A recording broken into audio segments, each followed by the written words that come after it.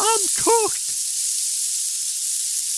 If you're a byproduct of the past 15 to 20 years, sources say you might have been surrounded by things to click on and a nice device in your hands quite early on. I've been surrounded by technology basically my whole life, and I'm fine though. I grew up with the family computer, video games, and video games, screen.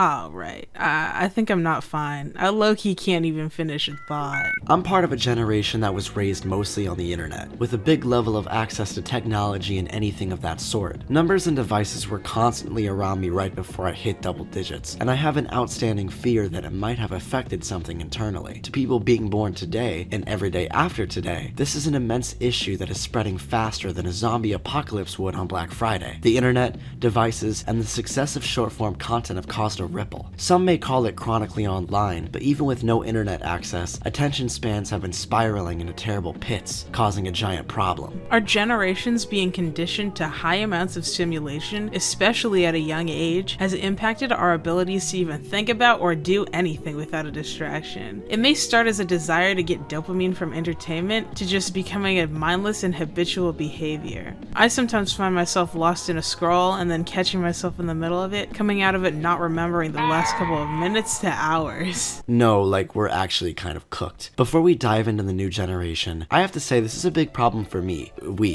Us. Some of my worst habits include watching short-form content for 30 minutes before bed. I'm currently beating this one, actually. Scrolling through Twitter, Instagram Explorer, and Pinterest amidst casual virtual conversation. Pulling out my phone and checking my newest timeline refresh while amidst a real physical conversation. Reaching into my pocket to scroll through the timeline all the time. If I lose focus for just a few seconds, I automate to...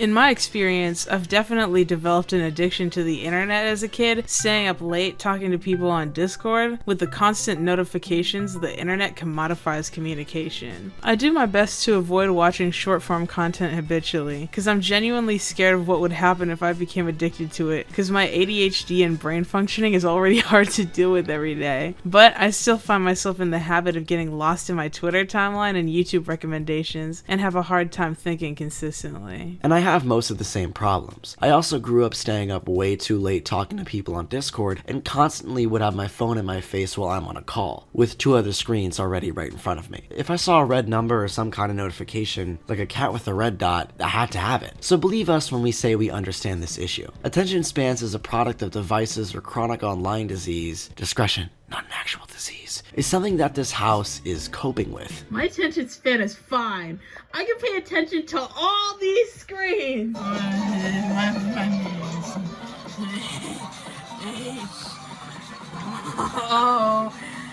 Oh, 3D.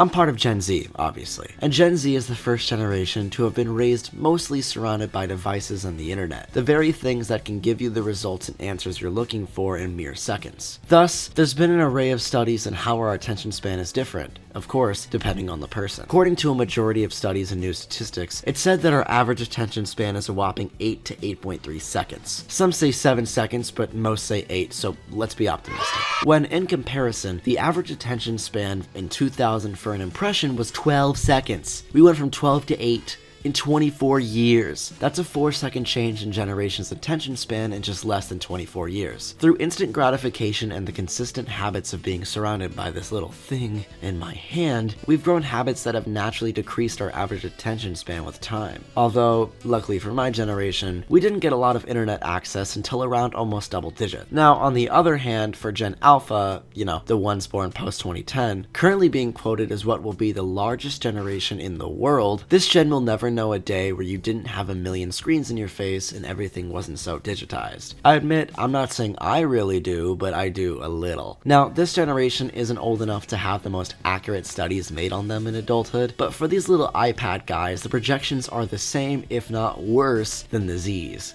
For percentage, 43% of them have a tablet before the age of 6. Now, I don't believe this statistic because half the time I'm at the store, I see a little dude slapping his paws all over the screen, but maybe it's just location bias. It's hard not to have that bias when I have an iPad kid at home. I'm not an iPad kid! I'm from Gen Z! It's not just the kids and younger generations who are affected by the addicting nature of short-form content. It's also people in Gen X and higher. I've seen parents and adults in 30s to 50s scrolling mindlessly on TikTok. Like one time I was in the line to vote, I was pretty much the youngest person there. Everyone else might have been old enough to be my parents. And one of them was literally scrolling TikTok and I think I heard Skibbity Toilet. It's less so older generations because many of them don't use the internet much or understand it. Like my parents have talked about being out of touch. But older folks who are neurodivergent may be more susceptible to addiction like internet addiction. It's affecting every generation. As an ADHD haver myself, being neurodivergent absolutely affects how susceptible you are to addiction. You can be even more vulnerable to developing unhealthy habits or behaviors. Like, I've got a brain that doesn't give enough dopamine to even function properly every day. Like, I've been in a slow cooker for 21 years at this point, bruh. With a combination of neurodivergence and being young and impressionable, these people are the strongest target for corporations to exploit. What caused the spiral in statistic, man? And why is there a snail?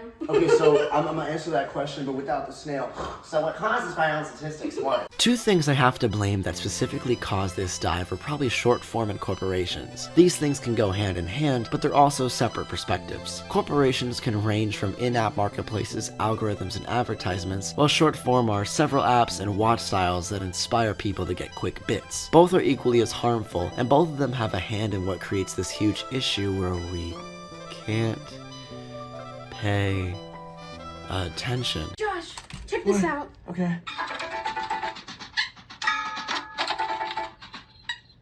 People are incentivized to create short-form content. There's easily accessible editing software on a smartphone the average human being has, such as the default TikTok video creator and CapCut. They encourage you to make vertical videos. And YouTube shoved all vertical vids into the YouTube Shorts algorithm, and Instagram made Reels out of all your old videos you uploaded to Instagram. Because of our attention spans, short-form content often outperforms long-form with engagement, which incentivizes people to make even more of it, and to keep people's attention, creators are encouraged to make even crazier, more attention-grabbing stuff. Short-form content has had a chokehold on us since the popularization of stuff like Vine, then translated into stuff like Musical.ly and then TikTok. TikTok being the biggest mogul of them all, some would argue that it was the blueprint for every single social media to bring short-form content into their stratosphere. There's folks everywhere that scroll these apps constantly. I've known people who would spend an hour before bed watching a million videos. They wouldn't close their eyes yet, just mindlessly go until the phone dropped. Well, that could just be a general social issue. Short-form content has definitely played into that problem. The attention brings so many issues that I've known people who couldn't watch videos or movies without them being on 2x speed. 2x speed! They needed to watch movies on 2x speed. It has been directly quoted that people get such a click from short-form content that they have much less of an urge to watch a full film or a full-on video. Mostly the shit that's like,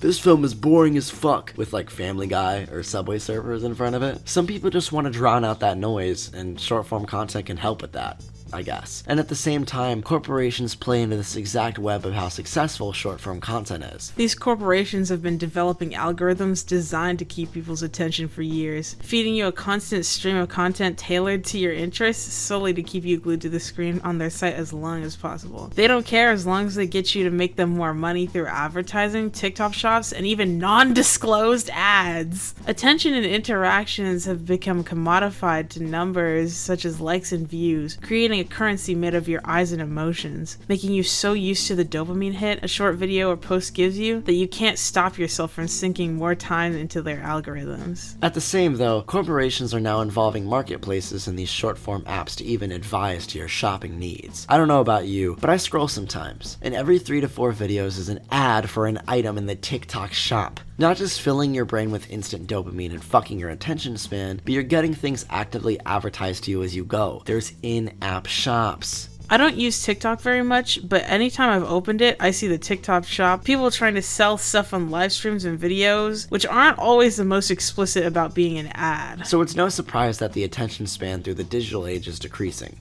just a bit. Between the corporations and short-form content, they definitely don't help. Not to depress you with dystopian facts, but it is a major issue that attention span is most literally dying.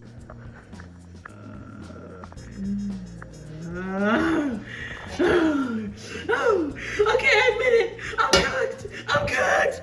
There are some suggestions to help you regain focus. It may still be possible to rebuild that connection with your own mind and strengthen your ability to stay conscious and mindful. One thing you can do to get away from the mindless scrolling and consumption is spend more time away from the screen. Letting yourself be in the present moment, things like meditation, going outside and spending time in nature, even just sitting in silence and practicing mindful thinking. It's very important to incorporate a consistent routine into your days to assist you from this generational parasite. Enhancing your focus with things like music, reading, or productive tasks are an easy pathway, or keeping yourself up with activities and filling your days so you don't end up rotting with the same video on repeat for an hour. That also helps. A routine can go a long way, because the amount of time you spend with 3 screens in your face as your eyes swell adds up a lot more than you think. For me, prioritizing my time management and really listing what I have to do for the day has helped me exponentially, like a checklist of sorts, which doesn't work for all, but I'm in this fight too. Routines, Kitty Dog's mindful thinking, and my checklist, they can help. It is also still possible to use the internet mindfully. Even viewing short-form content for entertainment is not inherently harmful if you aren't relying on it for stimulation. In moderation, it can be both entertaining while also helping and inspiring you in the long run. There is so much information online that can be used as a tool to better yourself instead of losing your mind. I've used it to get inspired, seeing skilled creators to help me learn more about music production, drawing tutorials, 3D modeling, and cooking. You can use it to learn more and pick up a hobby or strengthen skills you may already have. There's just the switch of our attention spans, then the considering spiral,